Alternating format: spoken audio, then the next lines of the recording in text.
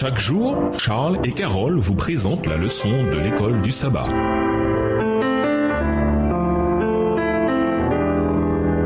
Bienvenue dans votre émission Dieu nous parle. Nous voilà à la leçon de vendredi. Pour aller plus loin, nous vous invitons à lire dans le livre Jésus-Christ, le chapitre La lumière de la vie, livre écrit par Ellen G. White, et dans le livre The Certainty of the Second Coming, le chapitre The Authority of the Bible and the Certainty of the Second Coming, aux pages 23 à 36, livre écrit par E. Edward Zinke. Quand Jésus a dit « Je suis la lumière du monde », il se trouvait dans la cour du temple spécialement dédiée au service de la fête des tabernacles. Au centre de cette cour se dressaient deux majestueuses colonnes qui supportaient de grands chandeliers. Après le sacrifice du soir, toutes les lampes étaient allumées et éclairaient la ville de Jérusalem. Cette cérémonie était une commémoration de la colonne de feu qui guidait Israël dans le désert, et elle était aussi considérée comme préfigurant la venue du Messie. Le soir, quand les lampes étaient allumées, la cour devenait le théâtre de grandes réjouissances. Par l'illumination de Jérusalem, le peuple exprimait son espérance en la venue du Messie, qui répandrait sa lumière sur Israël. Mais pour Jésus, cette scène revêtait une signification plus grande. De même que les brillantes lampes du temple éclairaient tout ce qui se trouvait autour d'elle, le Christ, source de lumière spirituelle, illuminait les ténèbres du monde. Le symbole était cependant imparfait. Le grand luminaire que sa propre main avait placé dans les cieux représentait mieux la gloire de sa mission. Le matin était venu, le soleil venait de se lever sur le mont des Oliviers et ses rayons éclairaient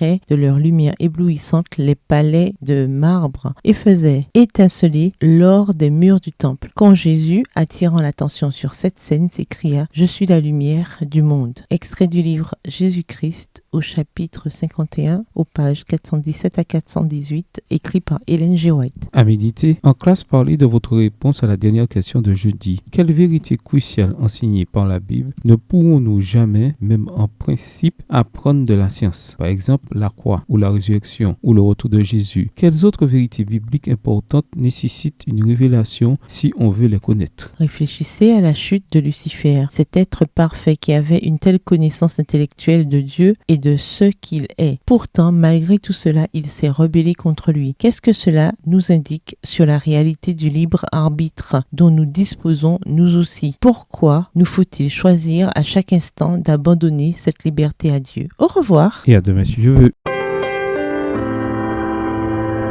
Dieu nous parle.